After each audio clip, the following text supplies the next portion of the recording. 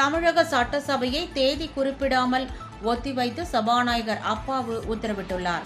தமிழக சட்டசபையில் கடந்த மார்ச் மாதம் 14ஆம் தேதி பொது பட்ஜெட்டும் அடுத்த நாள் வேளாண் பட்ஜெட்டும் தாக்கல் செய்யப்பட்டு இரு பட்ஜெட் மீதான விவாதம் நடைபெற்றது. அதனைத் தொடர்ந்து மார்ச் 24ஆம் தேதி முதல் துறை வாரியாக மானிய கோரிக்கை விவாதம் நடந்து வந்தது. ஒவ்வொரு நாளும் 2-3 துறைகள் மீதான மானிய கோரிக்கை விவாதம் நடந்தது.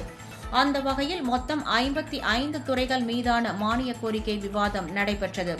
இந்த சட்டசபை கூட்டத்தொடரில் தாக்கல் செய்யப்பட்ட 18 சட்ட மசோதாக்களும் குரல் வாக்கெடுப்பின் மூலம் நிறைவேற்றப்பட்டன. அத்துடன் கடந்த 1.5 மாத காலத்தில் 30 நாட்கள் நடைபெற்ற சட்டசபை கூட்டத்தொடர் நிறைவு பெற்றது. சட்டசபையின் கடைசி நாளான இன்று உள்ளாட்சி அமைப்புகளில் மாற்றுத்திறனாளிகளுக்கு நேரடி பிரதிநிதித்துவம் சட்ட முன்வடிவு கட்டாய கடன் வசூல் தடுப்பு மசோதா நிறைவேற்றப்பட்டன. இதனை அடுத்து சட்டசபை கூட்டத்தை ஒத்திவைப்பதாக சபாநாயகர் அப்பாவு அறிவித்தார். அடுத்து அக்டோபர் மாதம் மழைக்கால கூட்டத்தொடர் நடைபெறும் என்றும் இந்த கூட்டம் சுமார் 3 முதல் 5 நாட்கள் வரை நடைபெறும் என்றும் அறிவிக்கப்பட்டுள்ளது.